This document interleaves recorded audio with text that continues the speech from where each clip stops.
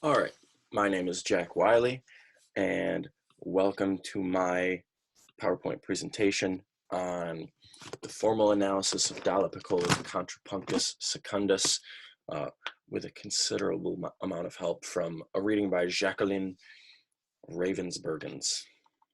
I butchered that, but that's fine. All right, let's go to present. So, topics to be covered. So first I'm going to start with a short biography of our composer. Then we're going to move on to a little review of 12-tone music and 12-tone matrices. And then a look at the rows used within this piece, and then how those lead to cadences, and how those cadences suggest a binary form for this piece.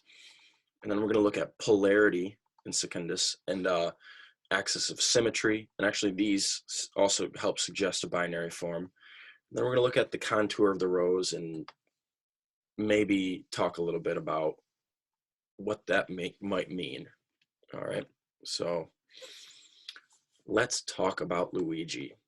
Luigi Dallapiccola lived from 1904 to 1975. It's the guy over here on the top right of the screen, obviously. He lived through World War I and World War II. He was interned during World War I. And he saw some performances there that actually inspired him. He studied at the Florence Conservatory and later taught there. And he was most likely the first proponent for serialism in Italy, and definitely the first Italian composer of serialist music to gain any recognition from Italy.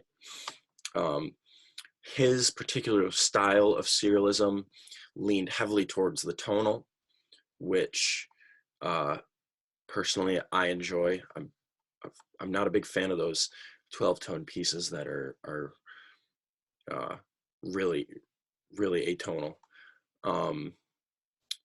And I made a couple Mario Brothers jokes down here. I had to. Don't take it against me. All right, first a bit of review about 12-tone music. Well, I want to say 12-tone music was conceived by Arnold Schoenberg in the early 1920s, after a long period of him trying to figure out a new way of organizing music so that it kind of threw tonality out the window. And he came up with this style of music where he comes up with a row of the 12 chromatic pitches, and he bases his piece upon that row. And the idea is that each of the 12 pitches is stated once before any of them can repeat, and the result is there's no tonal center. There's no one pitch has more weight in the piece than any other. And this over here is a 12-tone matrix. It essentially shows your original row and all possible permutations, transpositions, inversions of that row.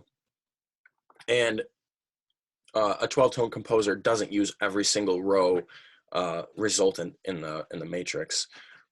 For instance, Dallapiccola used 8 rows, and I've highlighted them here. We're going to talk about the binary form of this piece. So in the matrix here, I kind of annotated it so that the 4 rows from the beginning of the piece are in red, and the 4 rows from the end of the piece are in blue. So I want to say we will come to find through this presentation that Dallapiccola's use of tone rows was highly calculated, and I'm sure he did this because it resulted in some cool relationships and maybe a little bit of harmony and stuff. So now, this slide, we have this big crazy diagram up here on the right that shows the rows in the piece, and how they're all interrelated and connected. But the relationships that we're going to be looking at here have mostly to do with the rows in voice 1 versus the rows in voice 2. That's the right hand and the left hand. So after taking a closer look, it is clear that Dallapiccola was very specific and systematic in constructing the row for this piece in a way that would result in a clear formal structure, and we're going to find that that's binary form. There are 2 sections, each containing 4 rows, 2 in the right hand and 2 in the left hand. So shown neatly in the table over here, the section A rows are literal complements of each other.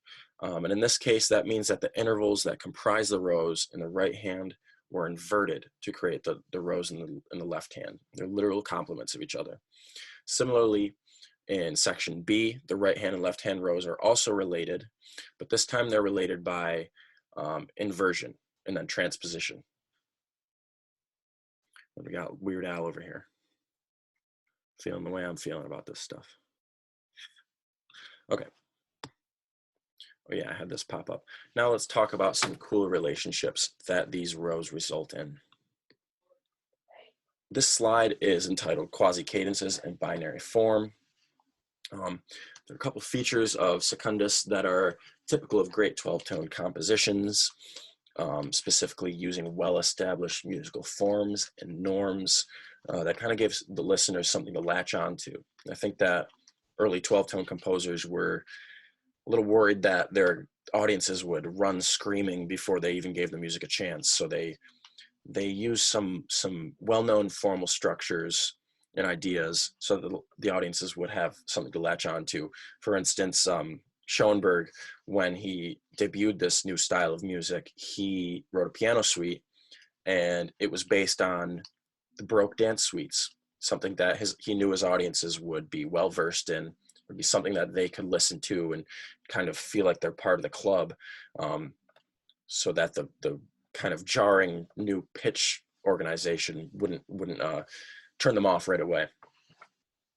Okay, so Dallapiccola strongly suggests binary form through a clever use of his tone row. In fact, the final tetrachord of each tone row suggests a major 7th chord. And the tetrachord is the last 4 pitches of the row. So he uses this tetrachord to suggest a half cadence at the end of the A section. And I've put the diagram down here, a little bit of the music to show it. So in the left hand, the first tetrachord shows a major chord, kind of sounds like an A major chord, and then followed by in the right hand an E major chord. So that's kind of like a half cadence, and that happens directly in the middle of the piece. And then at the end of the piece, as shown by the other graph on the bottom right hand side, kind of reverses this, and we get a 5 chord that goes to a 1 chord, or a perfect cadence. So having a half cadence in the middle of the piece and a perfect cadence at the end really like solidifies that this is a binary form, kind of like something that Mozart would have written or something. Yeah, and these tonal kind of tetrachords that arise really underscore how I said earlier, his style of serialist writing kind of leaned towards the tonal, which I imagine audiences enjoyed. I know I did. So now we're going to talk about polarity in this piece of music. So centricity, the reading talks about, it's really just kind of trying to use 1 or 2 pitches that kind of anchor those around them. In class, we talked about the axes of symmetry, and that's what's going on here. And specifically, there are 2 axes of symmetry that have equal time in the piece, just like that binary form we're talking about. So yeah, the left hand and right hand are flipped over an axis of symmetry, creating the inversional canon that we hear.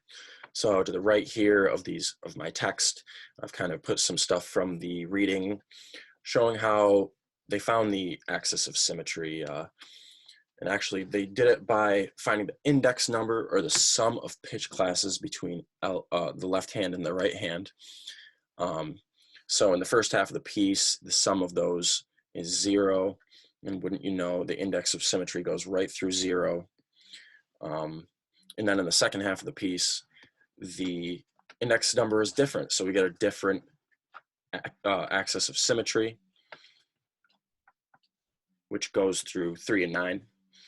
And the 6 here corresponds to the transposition number here. It's inverted then transposed by 6 semitones.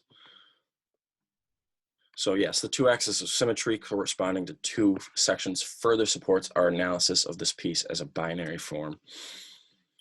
And now finally, let's look at the contour of the rows. This is kind of an afterthought, but I found it interesting. I kind of used a little shoddy little crayon thing in Google Drive to kind of outline the contour of these rows, and you can tell that these complementary rows are going in the complete, opposite direction of each other. They complement each other. And I wrote, the symmetrical contour of the rows is yet another factor that aids the listener. I think that if these rows didn't have such a clear contour, I don't think that we would hear this piece so clearly as a canon as we do. And I've just included the rows from the first half of the piece here, but if we looked at the rows from the second half, it would look just the same.